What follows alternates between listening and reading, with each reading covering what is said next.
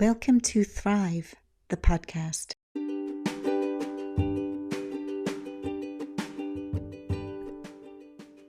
Welcome to Thrive, the podcast, where I'll be talking with guests who've created extraordinary results in business and life through listening to and following through on their intuition in the face of logic, reason, and rationale, to demonstrate why your inner navigation is the most important advisor you'll ever meet.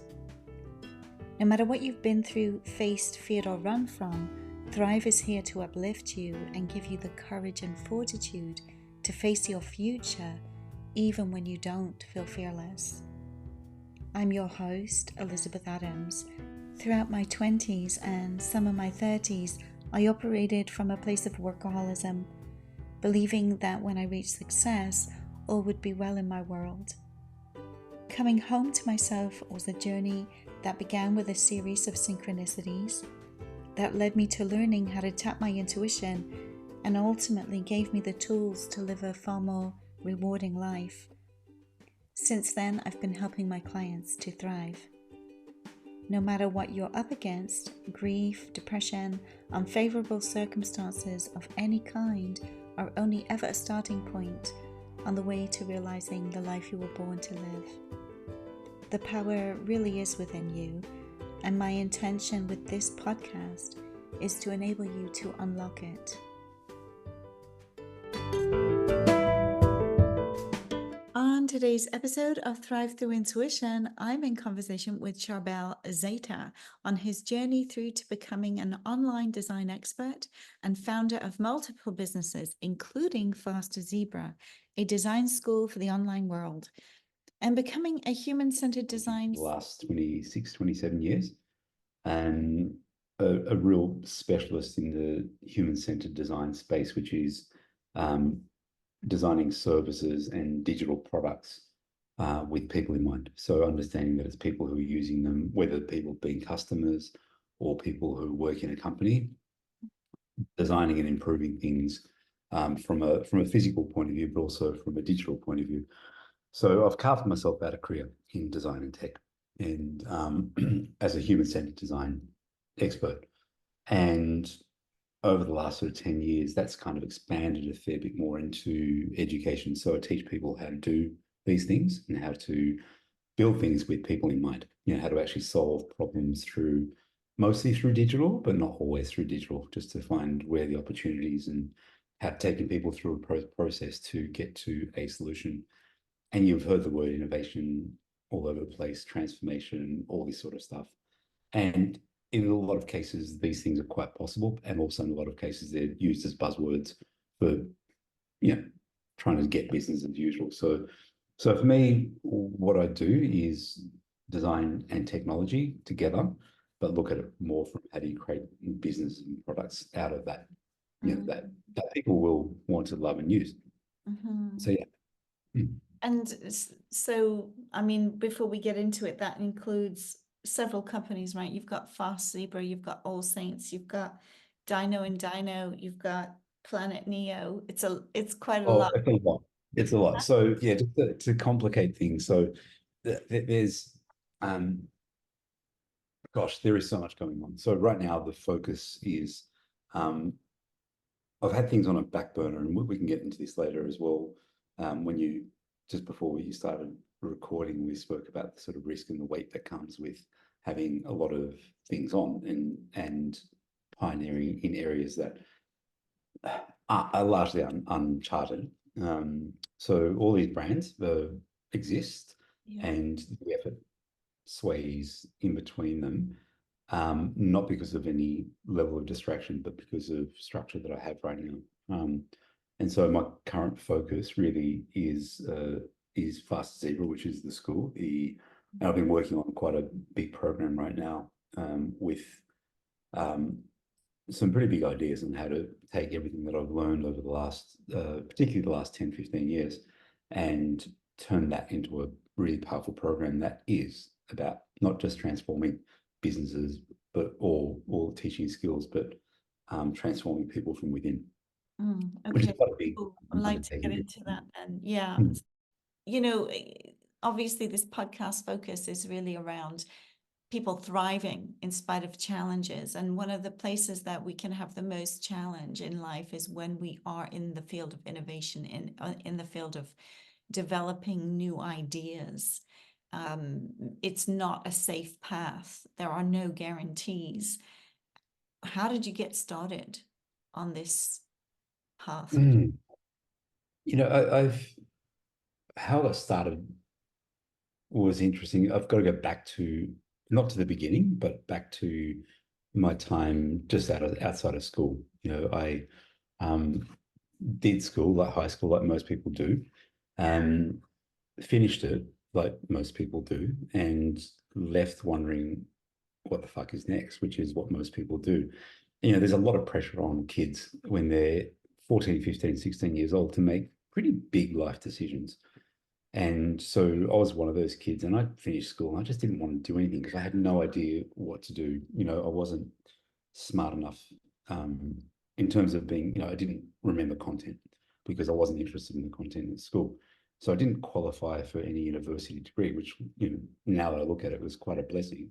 So I didn't really know what I wanted to do. But my parents put, as parents tend to do, not so much parents, but dad did put a lot of pressure on. You've got to pick something. You can't just drift. And so I just chose something like, I chose accounting, Oh, which that's I so wanted, far removed. I right. would have never Oh, expected wait, it to wait. come out of your Oh, mouth. yeah, yeah. It gets even better. So I did about, I chose to do it part-time because, that was a good, safe thing. It's a parent pleaser. It's easily understood. People use accountants. They know it. It's a safe job. It's conservative. It's all of that. I lasted 6 weeks. It was just like, nah, this is so not me. I can't imagine myself doing any of this. And then I decided to do something else, which was hotel and catering management. So I thought, oh, this is good. That sounds quite fun. And it was like, learning that was actually quite a lot of fun.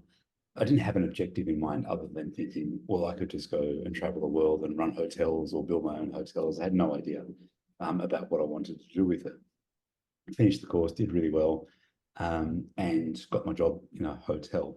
And I lasted 2 weeks. It was just like, what the fuck is this place? Like, I'm going to swear. Is that okay Yeah, to it's be not swearing work. a bit? Because I swear a lot. I just had no idea. And I got into this job and I had never really experienced any degree of corporate structure, but there was this insane level of hierarchy, pecking orders, ridiculously stupid hours, and shift work, which was like, what is this? So I recognized then that was like, the course was great, but the reality of what the course afforded was terrible. Like the thought of me becoming, a front desk receptionist, to become a duty manager, to one day becoming a general manager, to one day becoming a hotel manager was not a path that really excited me. So I quickly jumped into a deli. Like, from that, a deli opportunity came about where I got to literally own and run a deli with a friend of mine. So we did really, really well. And I was all of 21 years old at that point. So we had, at that point, a successful business, Mm. right? So it was like, oh, my world opened up because, yeah, worked really hard, worked really long hours, but we were making money because we just were young. We was so naive, Mhm. but we did it because we actually loved the thing that we were doing. So that was the trigger for me that opened up this whole thing about independence when it came to work, because that's one of my core values is independence and freedom to be able to move about and own my own time. Even though I do work hard and I do work long hours, but that's something I choose, because I get to control that.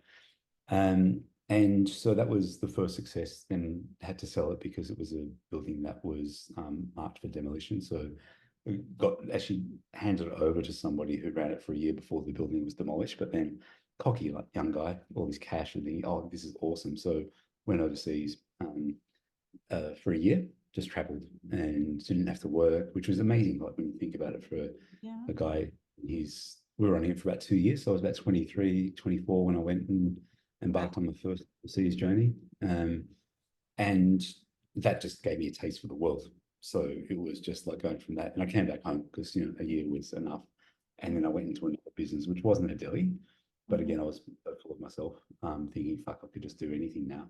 And took on a cafe, and it just bombed so badly. So anything I made or anything I had left, it just crashed. So, but it didn't, Did you identify what that was, what the difference was between those? Yeah, the difference was, I think the motivation was less about the enthusiasm for the thing I was doing and more about what money I could make if this did really well.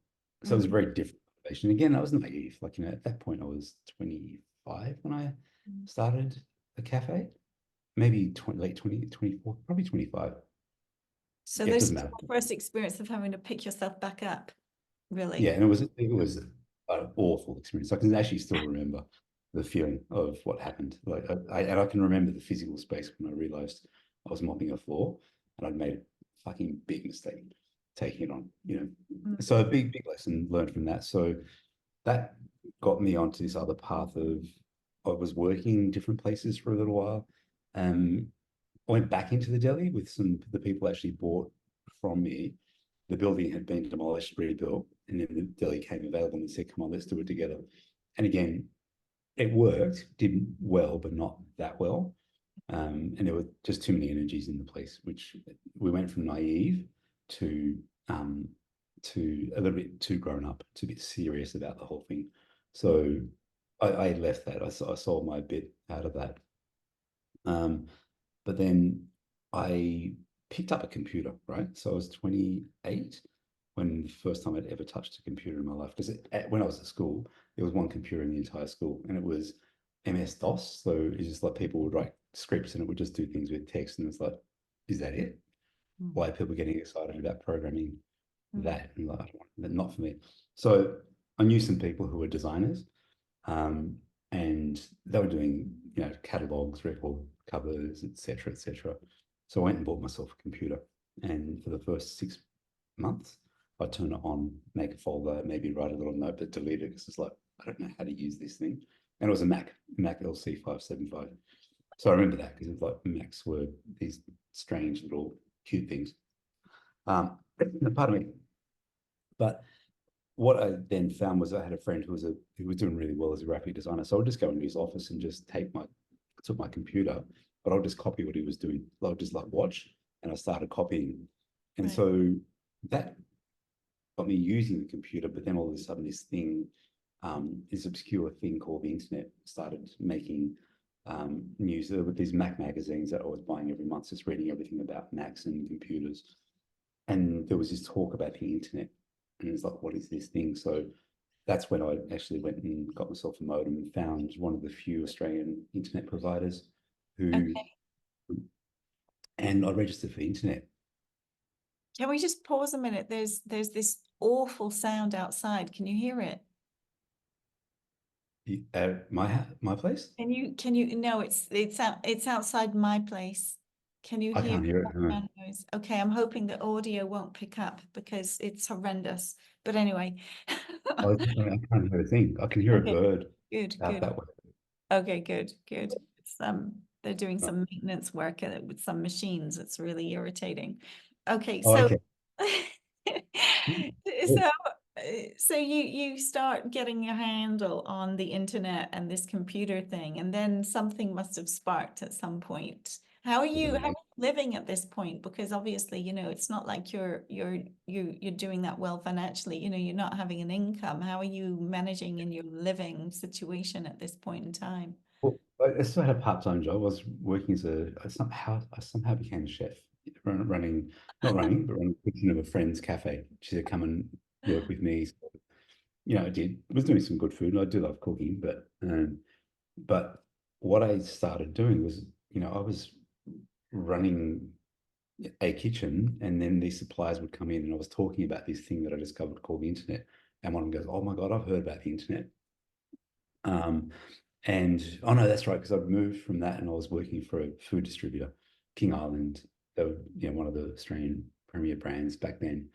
And one of the suppliers that they worked with, we were talking about this thing called the internet and how, for me, it was mind blowing. I had a friend who was in Belfast, and we got on the phone and said, "Oh my God, I've got an email address." And she goes, "I have an email address as well." So she goes, okay, hang up, because it was one of those days where, the modem took the phone line.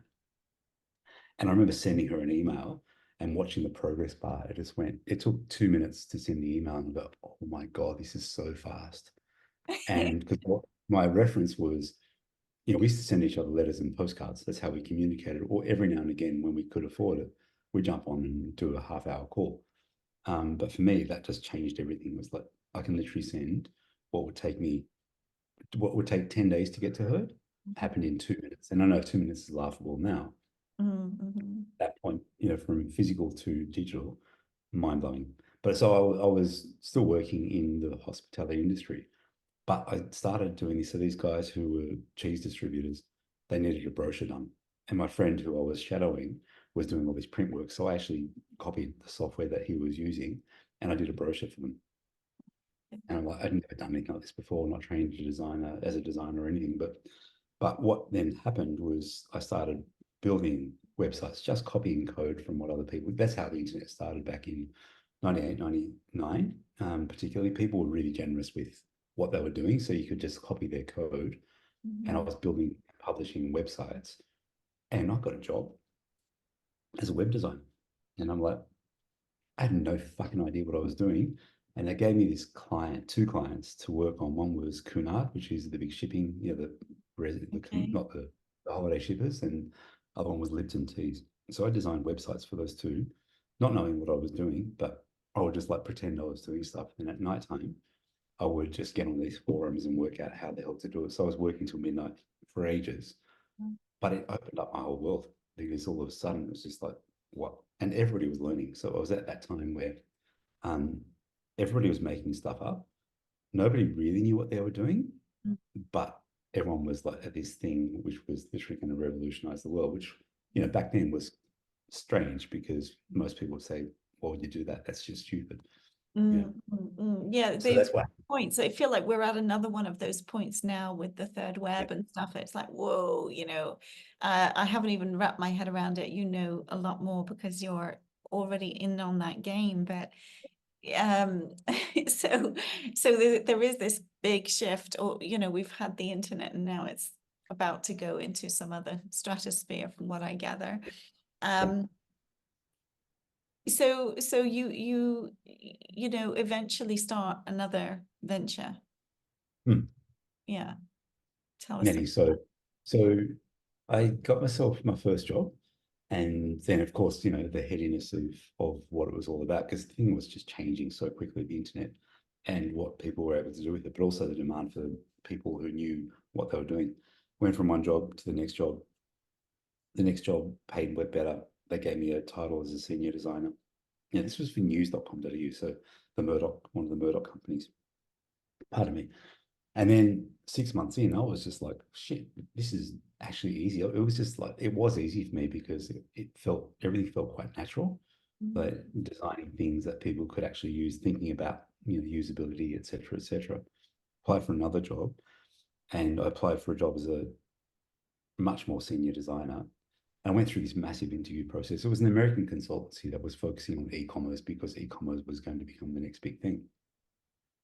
And I went through 5 interviews and they said, look, we're not going to hire you for the senior design position, but we'd love you to become an information architect. Would you be interested? And I was like, yes. I Wow. go, what is it? I had no idea what it was. So I was the first information architect in Just, Australia because just for listeners, explain what an information architect is, because these are uh, terms that might not be that familiar. an information architect was a person who would look at really complicated, lots of information and categorize things in a way that made sense to people who weren't programmers. So, which is most people, so the tech world was largely driven by technologists who are brilliant, but they see things the way that technologists see things. So, an information architect would look at, because back then it was all the information superhighway. That was the thing about the internet, tons of information, which was what it was. But how do you So, actually organize it in a way that people can actually find it? yeah, so the other fascinating thing is that it's people like you who've made the apps and all of that so easy to use. It's that user interface, right? It's the fact that now it's just so intuitive. It's Yeah, that part. Yeah. Yeah. yeah, and that's where my career really started Mm. in that. So, um, so my first venture was that very company that hired me as an information architect. Like every wave of technology, there's this whole, I don't know if you know the Gartner hype cycle. So it's like the early adopters, the peak of inflated expectations. Then there's I can't remember it basically goes into peak and then a trough, and then it steadily grows back up. There was the dot-com bubble burst in 2002. So this company had to shut their Sydney office. Now, what that meant was I could either join them in their London office, but at that point I wasn't ready to move to London. But there was a lot of other stuff going on, so I just took a redundancy and set up my own agency with some friends. Okay. Right. Yeah. So that was a really another interesting experience because all of a sudden I had time to do my thing again. So I wasn't on other people's time. Mind you, the job that I was at before was awesome, but this one was just like really where I'm meant to be, doing my own thing again. Ran that for a bit, didn't go quite so well, launched another venture, decided to try fashion because why not? My brother and I did t-shirts, some really cool designs, but we don't know anything about the industry, still don't. So that was an interesting experience. So that's the first sort of taste of doing ventures, different things and trying things that might not have been done before. And there's many more after that. So So if we come a bit more forward now, the last, the founding of your bedrock, as it were, the bedrock of your, because in order to take risks, in order to innovate, there's got to be a stabilizer in the game. So what's the stabilizer in your game right now? And what you founded that became that for you? Okay. So I, gosh, 10 years ago, I rebooted my agency. But this time I thought I want to launch an education venture alongside it. So, because the concept was having an agency that delivered client solutions and also being able to teach people how to do the thing, to do the different skills. So launched them both at the same time, which was, that was kind of a strange and crazy thing to do. But in my mind, they're linked. They're so deeply linked. It's not that odd. And I always had this vision to have an integrated agency in the school. So people would pay to learn a thing, but then they would start working on real client projects. So that was the first thing that I did with the school, was actually bring real client projects in. So students were learning content and techniques, but they were applying it to a real live client. Can be so and it was so different in terms of what was available in terms of the short form content. That started to do really well. So the agency grew, school started to grow. And, a whole lot of things happened around 2017, 2018. So I sold the school into my share of the school in 2018. I took on partners and investors, not quite where I thought it would end up, but anyhow, I managed to exit successfully, got out 2018. And it's kind of brought me back to a lot of stuff happened in there, launched a different venture again, through COVID, through crypto crashes, through a whole lot of things, burnt quite badly in a lot of ways. But I've come back almost full circle, but in a very, very different, fresh way. So I've rebooted the agency. That's, starting to get some really good clients. And I haven't done anything to reboot it. Clients have approached me. And also just about to launch the school. So Velvet Onion exists. Oh, okay, Velvet Onion. Yeah, I knew there was something. Come back to life. Pardon me, I've just got a little tickle in my throat. So Velvet Onion's come back to life, and again, there was an energy around it, because I had a thought I would love to bring it back, but I didn't quite have the energy or the confidence because of what happened around the crypto and the COVID time. But I got 2 calls from clients, people who I knew from the past, said, we really need your help. We need to do this complex stuff, and we need fresh thinking around it. So they've been awesome projects to work on. And one of them still going and has actually turned into more work. And in parallel, I'm working on faster Zebra, which is almost ready to launch. Okay, this is very exciting. Yeah, it's very, very exciting. Excuse me one second. This is taking education and changing the game of education, really. And doing it differently, really different, because when I started Academy X, I was very skills focused, and this is super important because there are all these new jobs that have emerged as a result of the internet becoming a thing. User experience design. Nobody heard of user experience design 15 years ago, but it's now a massive discipline. People get paid a lot of money. Service design, service design. So I wrote the first service design course for Australia, and we launched a lot of different courses that were really skills focused to get people into jobs, and it was great and worked really well. What we're seeing now with the next wave of tech is that approach is going to get really difficult to grow again. So I've kind of taken what I've seen in the market, and from hearing from people as well, hearing from past students who've done courses with different schools, and also seeing what is about to come as a result of all these emerging technologies. When you mentioned before about the third web, there's the blockchain, which that's starting to bubble again, everything around it. So everyone was thinking that it was dead after the last massive crypto crash, and we're coming out of that dark period now in terms of that whole Web3 space. But also, I mean, everybody knows about AI. Everybody's talking about AI. Everybody's using AI to a degree.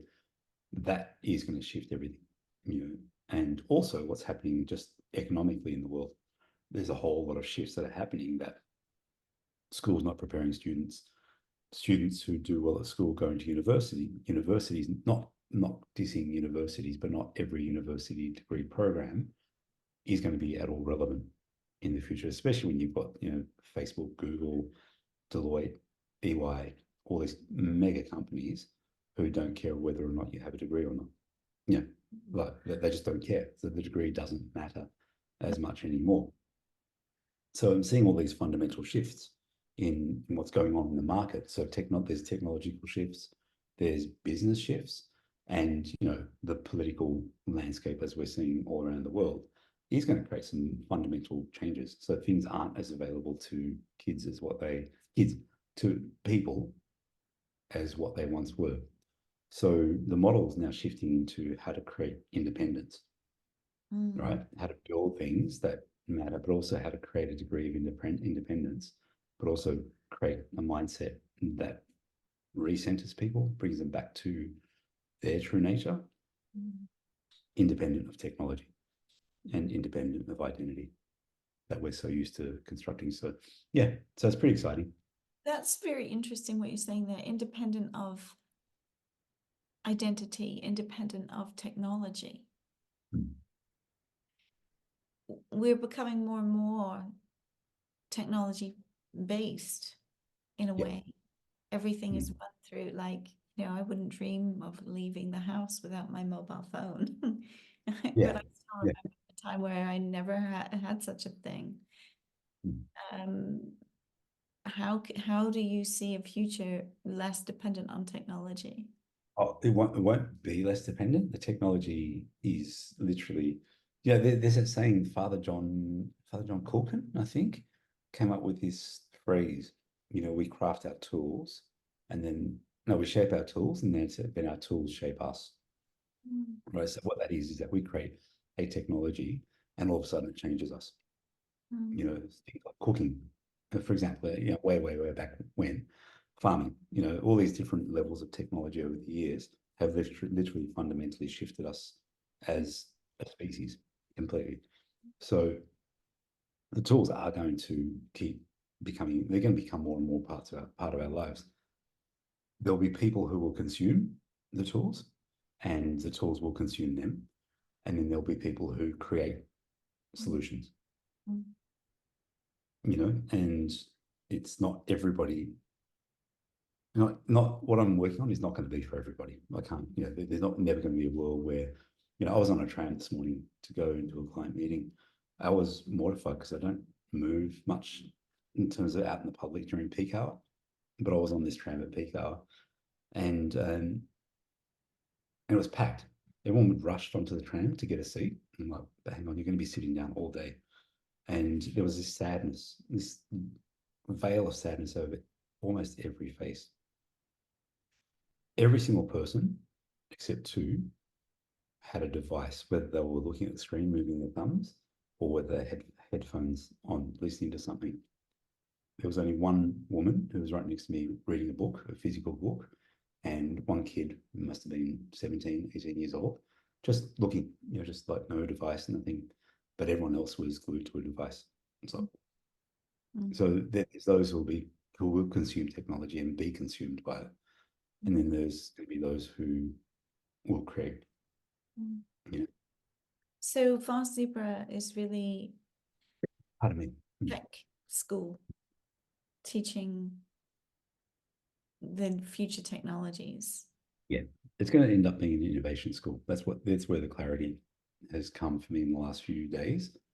I've been writing a program over the last couple of weeks, which is quite intense and quite involved. But the process that I'll be taking people through will be from understanding the space of, the problem space, the wicked problems, the big global problems, planet, people, our everyday problems. We talk about first world problems, but they're still problems. Well, I mean, just the fact that you raise about everybody, with the veil of sadness, it's like our connectivity is the thing that we need the most, more than anything else. Our connectivity to one another is vital for our nervous system, for our basic functioning as a human being. Without that, it doesn't matter what else you have. It's the thing that affects the quality of our experience of life more than anything is our connection and our relationships. Absolutely. Absolutely. And we're seeing the apocalypse happening now. The apocalypse is the loneliness apocalypse. Yeah. We've got access to so much now. There's more single people in the world, and not marriage. Like marriage is an outdated concept for a lot of people, and I get that. But I look at the world, particularly in advanced economies, where anxiety is high, the anger is high, obesity is on the rise. People are getting medicated for things that we're not equipped to deal with because we're in maximum stress mode. Yeah. All that. Absolutely. I mean, when we base our attention on everything that's outside of us all the time, we miss the opportunity for cultivating the connection, which means all the skills that go into cultivating relationship with another person, because we're so disconnected. Yeah. Yeah. You've seen, I don't know if you've seen some of the stats around Korea and Japan. Like, I've been following it for a little bit more out of, just observational interest, but they're both in population decline, and they have been for a little while. And it's gotten worse. Just the figures came out last week. And I'm not going to quote the numbers because I know I'll get them wrong, but for a population to maintain itself, it's got to be a birth rate of 2. So for every couple making children, there's got to be at least 2 children to replace them. In Japan, and I'm probably wrong, but last year the birth rate was about 1.28. Right. So for every couple, if there was a couple existing, they were having less than 1 child, or just on average, just a bit above 1 child. So there's a decline going on. In Korea, it was 0.7. So it's in rapid decline. And now this year it's gotten worse. And I know that what the Korean government has been doing was paying incentives to young kids to get them out of the house because they've become so locked in their apartments. They're having no human contact. They don't get out. They work from home if they're working, but they're not out there socializing. So they're not going to the bars, the restaurants, out into the food districts. Then they're not interacting with each other. So this is an apocalypse that is going to hit us, and it's happening in the Western world as well. So we're seeing it everywhere. There's fewer people in relationship. Men, I follow this guy called Chris Williamson, who's in the UK. He does amazing little clips and podcasts, and he was talking about the fact 15 years ago, 40% of men could say they had a very close male friend who they could talk to if things were tough. Now it's almost down to 5%. It's a massive decline in human the ability to connect, or the opportunity to connect with each other. Yeah. You know, Uber Eats, you know, having these home delivery services, my connection to food, all of a sudden, if I choose that, is open up my phone, press a couple of buttons. 15 minutes later, open my door, grab the bag, close the door. I have no connection to how food gets to me anymore. You know, no connection with the people who make it, none of the randomness that might happen if you decide to go out to a cafe, you know, just to you bump into somebody or talk to somebody who you might find interesting sitting next to you. You know, I see all this sort of stuff and it's like, whoa, what are we actually creating? So yes, technology is great and it's really important for us to have it. But how do we use them? Oh, sorry. Yeah, no, my question there is, how do you stay connected to what you're creating, knowing that actually it's also this crisis point? It is. Yeah. And it's like, you know, apocalypse is probably really dramatic as a word, but I can't think, now crisis is one thing, but this is going to really fundamentally change us because, you know, you've got populations that are growing and populations that are declining because, you know, in our worlds that we live in, it's, you know, homes are expensive. People can't afford to buy homes anymore.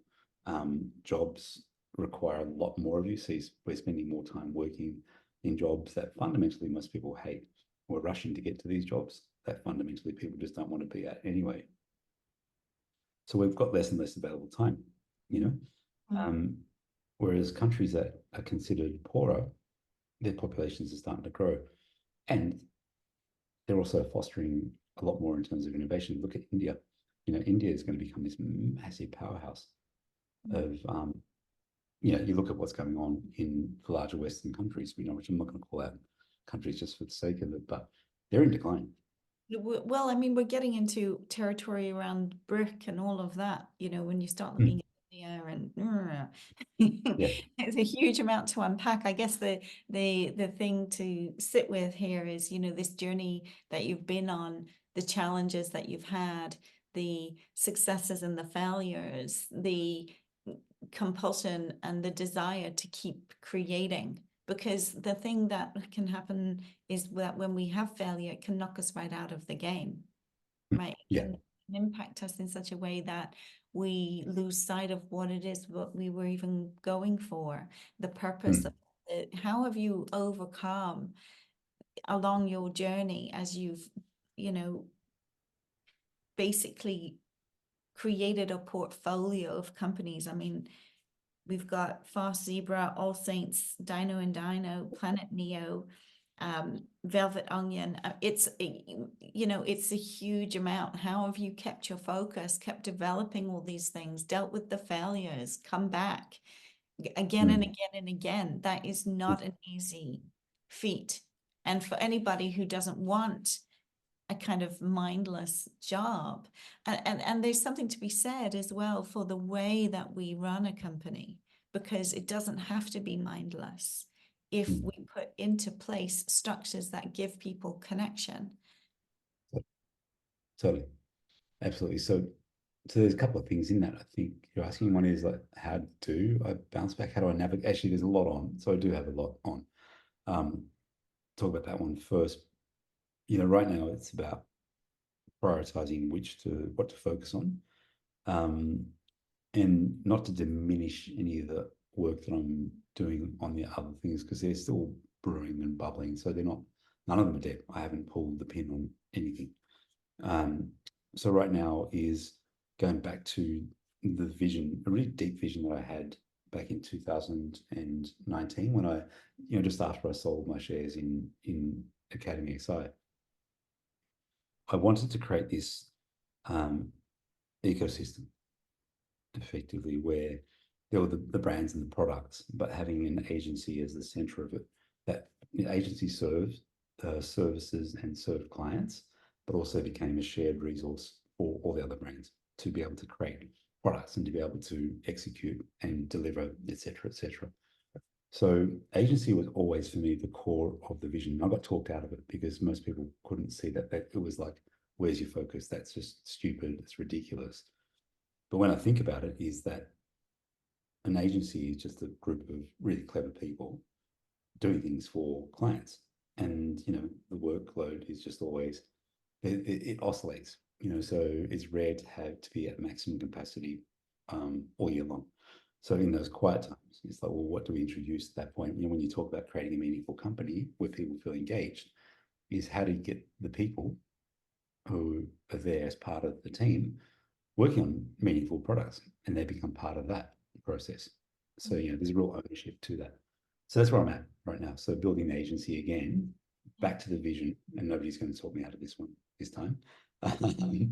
And the first product, and I don't want to again diminish it and just call it a product, because that takes some of the magic out of it.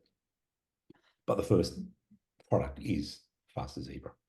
And to manage the others means that grow one, and the idea is to get it to profitability, to launch the other, which is what I'm doing right now with Faster Zebra. And because they feed each other, they're a natural thing. Then one of the projects I'm bringing into school is to relaunch Old Saints again, right? So again, getting the students involved in something that is actually real. It's not a dummy project. And this is where education gets flipped a little bit, because the students who get to work on it based on certain criteria they've got to meet get equity in the thing. So it's less than, so they got a real stake in the future of the company, and totally. yet they're being able to work on it as they're learning. Yeah, that's so yeah, and that's where it just flips all of a sudden, because it's like, here, come and learn some skills, learn how to learn a lot of stuff about yourself in the process. But we're going to work on a product that is already in a stage of design. We're going to take it to the next level. What do you want to do with that? Then is, how do you make it even better? Is people they just get more involved, and the thing just gets better when they've got skin in the game. Absolutely. So, most of the skills I learned happened through, when I was young, I managed to come into a theater that was real. We toured, we did it. I was never in a theater before, but we put the whole thing together, and we had this great director. We had several shows all around the country. We wrote the script. We did all the, you learn so much through the actual living, breathing experience of creating something. It really set me up with the skills I needed to go out on my own and just start my own ventures. It was all of that skill set that I learned there without, absolutely. You're not blocking it. You're not getting stuck, because you're coming together and pooling your resources and your ideas. Yeah. Absolutely. And it done in a way that actually creates really good structure. It's like in your example there, it's like learning a language. It's always more powerful when you're in the country that you want to be in and speak the language there, because you have to learn really quickly, because you're literally there. Like there's no opportunity to say, okay, I'll put my app away, I can just do something else. If you want to order a coffee, when you're in Spain learning Spanish, you're going to get better at ordering coffee when you're doing it live. What are the aspects that you're bringing in that facilitate the human journey through it? Because we have the creative aspect of our experience, and then we have the daily human needs of everything, our relationships, the way we interact with what's going on in the rest of our lives outside of work, all of that. How do you see that in the balance of the future of Fast Zebra? Mindfulness is one of the key things that I think is missing at a corporate level, at an education level, is bringing a practice of self-awareness and inquiry through meditation and mindfulness. So that's actually part of every class before we kick off. Because what I used to do when I was teaching at Academy XI was this particular technique, and no matter what was going on for people, it would just drop everybody into this really centered, connected space. So I'll just go around the room and say, ask a question is like, how, on a 1 to 10, what are you? 1 being really bad, no, not bad, not doing well, 10 feeling great. And describe your feelings, and you're not allowed to say good or bad. Mm. So you actually had to describe the feelings. And what I found is that by the time we got to the final student, everybody had dropped into the same space, Yeah. because everyone was able to do, even for a couple of minutes, a bit of self-inquiry. Yeah, I use something similar in my groups where I get everybody to drop into firstly that measure of where are you at right now, and then coming into that deeper connection, with your higher awareness, as it were, creates an energy in the space. Absolutely. And So then, I know ideas, connection, everything bubbles from that place.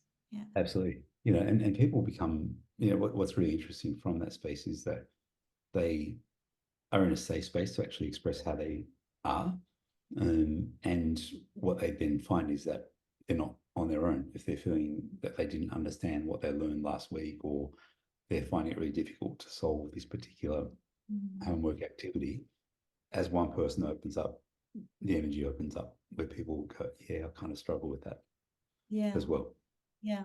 And what I know from the classes that I used to teach anyway is that so many of the students are still really good friends, because there's real bonding that happens that is just so different from just going in and learning the content and getting out, Yeah. because you've got to get back home. So yeah, so these things work. So that's quite a big thing for me, because I've done a fair bit of work around that. As you know, this is how we met through through Giselle.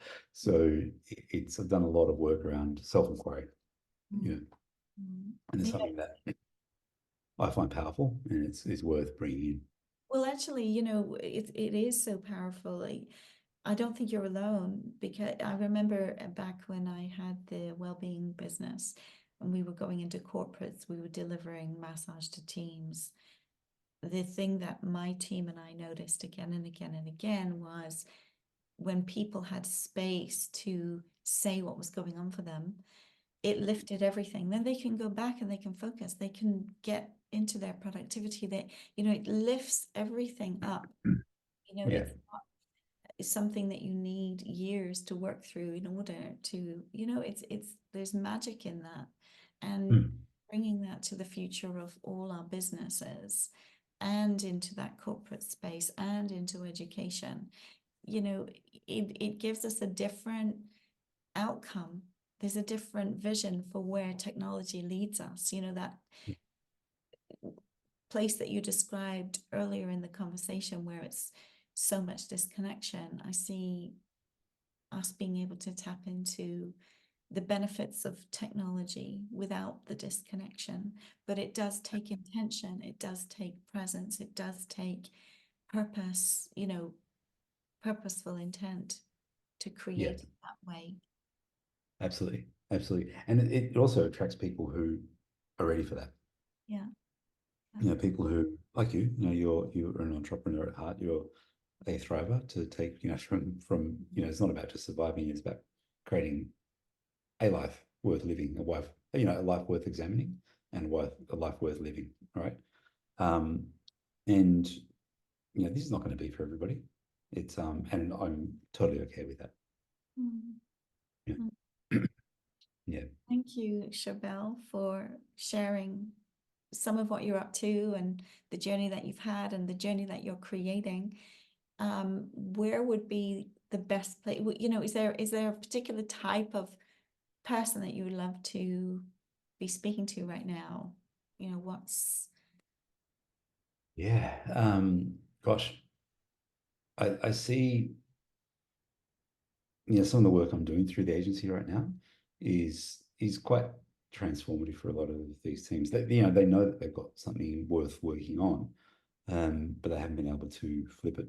And so for me, one of the programs I'm about to launch actually is, how do you bring a new way of doing things? So teaching people how to do it, but not just teaching them the skills, but bringing their real life challenges together into the training and actually solving this through learning, which is always, I've done this before, always super powerful. So they're the types of people. It's funny, I've got the UK that keeps like staying in the back of my mind, that I've got to be over there, which may well be this year or next year to go out and yeah. Yeah. We'll have So to meet up. Yeah, Yeah, absolutely. yeah, Absolutely. I love London. I've been there, I've lived there only for 6 months, but I yeah. love it. Yeah. Mm. So, what's the best way for people to reach you? So I guess, gosh, Instagram is probably the easiest way for people to find me. I haven't quite caught up to TikTok, and I won't be using that, but I will get onto TikTok soon. So Instagram, I think it's Charbel X Charbel. That's the easiest way to have my name Okay. doubled. Um, that's probably the easiest way to find me. Okay. And LinkedIn, just like whatever the URL is for LinkedIn, just change the name. Just say it's Charbel, just my first name. I got into LinkedIn to be able to claim that name really early when they released it. So I managed to be one of the few who got a first name. So I'll be keeping that. All Yeah. right, I'll put those in the show notes for people who want to reach out and have a Yeah. deeper conversation with you. Thanks so much for joining me, Thank and you. forward to the emergence of everything that you're doing, serving Thank us you. in the future. Thank you. I'm excited and thrilled. Thank you for reaching out and taking the time to do this. I know it's quite early for you as well. Yeah, it's not too bad actually. Thank God.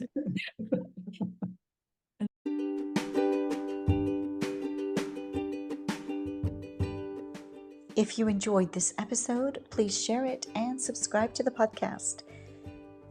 If you would love to reach out to my guest or myself, visit the show notes where you'll find all our contact information. Thank you so much for listening.